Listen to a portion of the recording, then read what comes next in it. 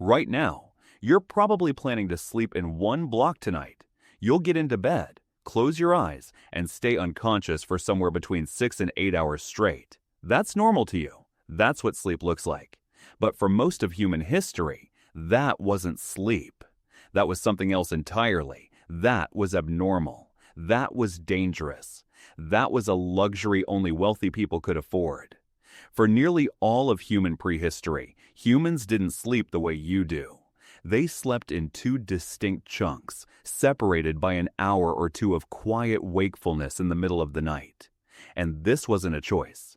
It wasn't a preference. It was a survival mechanism. In 2001, a sleep researcher named Roger Ekirch published a study analyzing historical documents from the pre-industrial era. Letters, diaries, medical texts, anything where people described their sleep. And what he found was shocking. References to first sleep and second sleep appear constantly. People would go to bed after dinner, sleep for a few hours, wake up in the middle of the night completely alert, stay awake for an hour or two doing chores or activities, and then go back to sleep until morning. This pattern shows up in documents from France, England, Germany, Italy, across the entire pre-industrial world. It wasn't regional, it wasn't cultural, it was universal. And here's the really interesting part. When people woke up between their two sleeps, they didn't describe it as insomnia or a sleep disorder. They described it as normal. They called it the watch. The hour between sleeps where you were supposed to be awake. Some people used it for prayer. Some used it for sex. Some used it for household tasks. And in poorer households, the watch often meant standing guard. Because here's what you have to understand. For most of human history, nighttime was terrifying. And I don't mean kind of scary. I mean genuinely, fundamentally, life-threateningly dangerous in a way that modern humans have almost completely forgotten. When the sun goes down in the African savanna, which is where our species spent the vast majority of its evolutionary history, you become prey. Your eyes aren't built for darkness. You can't see predators coming. You can't navigate terrain. You can't run without breaking your ankle.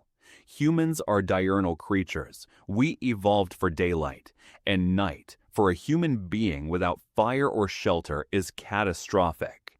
But even with fire and shelter, night is still a crisis point, because predators know where humans gather. They know where the fire is. They know where the food is. And darkness is when they hunt, and they attack when humans are asleep. So what do? You can't stay awake for 12 hours straight. The human brain isn't built for that. You need sleep, but you also need to not be eaten. And that's where two-phase sleep solves a problem that one-phase sleep creates. When you sleep in two blocks, you're never in deep sleep for more than a few hours at a time. Deep sleep is when you're most vulnerable. Your heart rate drops, your body temperature falls, your awareness is nearly zero. It takes time to reach deep sleep, and it takes time to wake up from it. If a predator attacks while you're in deep sleep, you might not wake up in time to defend yourself. But if you're splitting your sleep into two sessions separated by a wakeful period, here's what happens. You go to bed and enter deep sleep quickly. You sleep deeply for 3 or 4 hours. Then, your body naturally begins to cycle back toward wakefulness. This is your circadian rhythm working. Your core temperature starts to rise. Your brain activity increases. You surface from deep sleep and wake up. And now, you're alert. Fully alert. Not groggy, not confused. You've just come from deep sleep, so you're rested. But you're also conscious. You can hear, you can see, you can respond to threats. And you stay awake for an hour, maybe 2.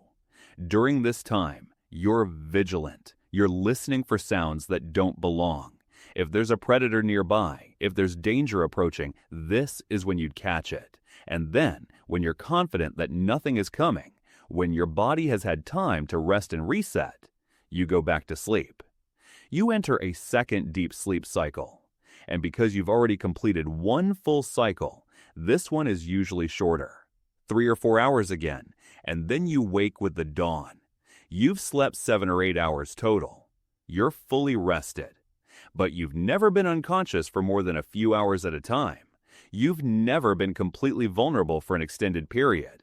and you've had a built-in checkpoint where danger could be detected and addressed. This is segmented sleep, and it's not a human invention. It's a biological reality that we inherited from our primate ancestors, who inherited it from even older mammals.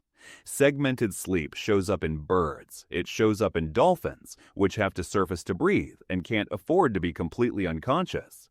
It shows up in sleep studies of modern humans who are isolated from artificial light and clocks.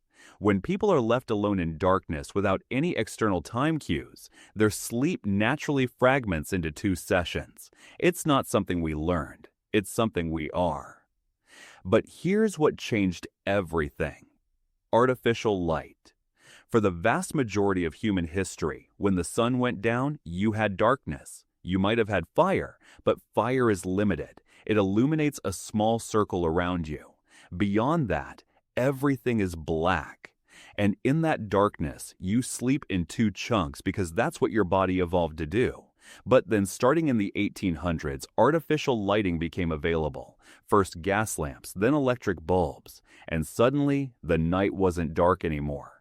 You could keep your space lit. You could keep working. You could keep doing things. And more importantly, you could sleep differently. And this is where the story gets really interesting, because sleep researchers have found something remarkable.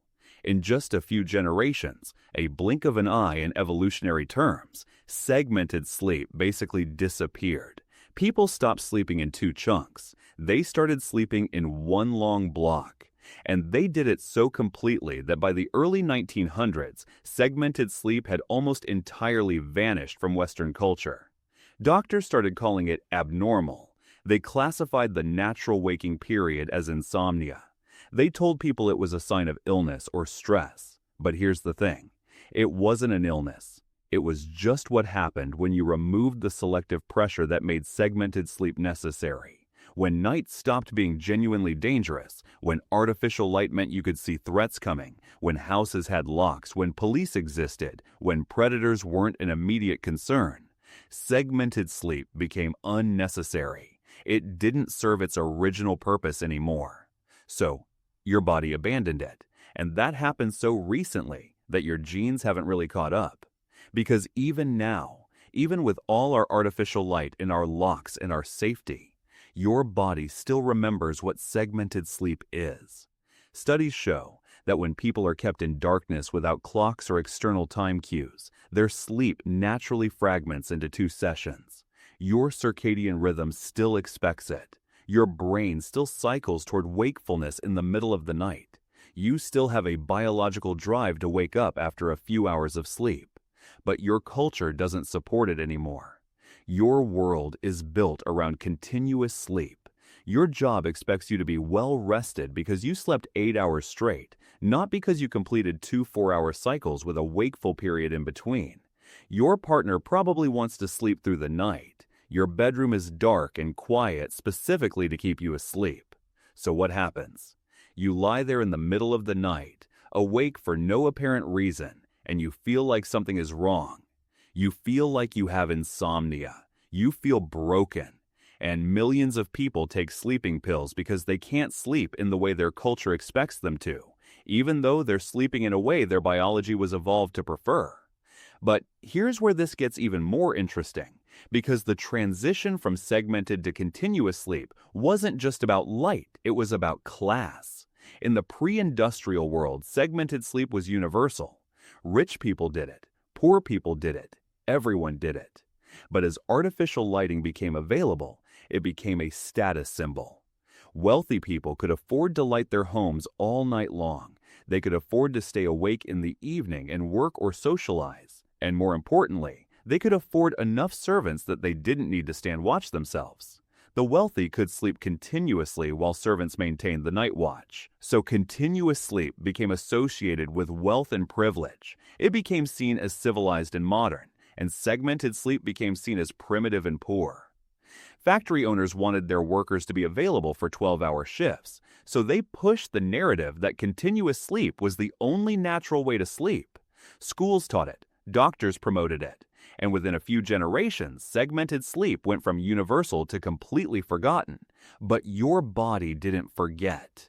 Your body still has the biological machinery for it, and there's evidence that continuous sleep might actually be worse for your mental health than segmented sleep ever was. Studies on segmented sleep show that during that wakeful period, that hour between the two sleeps, people experienced lower levels of stress and anxiety.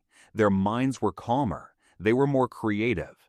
Many cultures that practice segmented sleep used that wakeful hour for meditation or prayer. They used it for thinking. And there's something about being awake in the middle of the night, when everyone else is asleep, when the world is quiet, that creates a unique mental state, a sense of peace and clarity that's hard to find any other time. Compare that to modern life, where you're supposed to sleep 8 hours straight, and if you wake up in the middle of the night, your first instinct is to panic. Why am I awake? What's wrong? How do I get back to sleep? You create stress about your wakefulness. You lie there anxious, checking the clock, calculating how much sleep you've lost, and that anxiety keeps you awake even longer. The irony is brutal. We abandoned segmented sleep because we thought continuous sleep was better, healthier, more civilized, and we might have made ourselves more anxious and less rested in the process. Now here's the final piece of this. Because if segmented sleep was universal throughout human history, and if it only disappeared in the last 150 years or so, then every single historical text about human behavior, every analysis of sleep, rest, wakefulness, and mental health from before 1850 was based on people with segmented sleep patterns. Writers, philosophers, scientists, they were all sleeping in two chunks. Their brains were wired for that rhythm. And the transition to continuous sleep happened so fast and so completely that we lost the knowledge of what segmented sleep actually was. We lost the language for it. We lost the cultural context. And we ended up with an entire modern world built around a sleep pattern that we've only been doing for a few generations. So when you can't sleep tonight, when you wake up at 3 a.m. and lie there anxious about it, remember this: your body isn't broken. Your circadian rhythm isn't malfunctioning. You're not sick. You're just remembering something your species did for hundreds of thousands of years. You're remembering segmented sleep. And maybe, just maybe, the problem isn't your sleep. Maybe it's the world we built around it.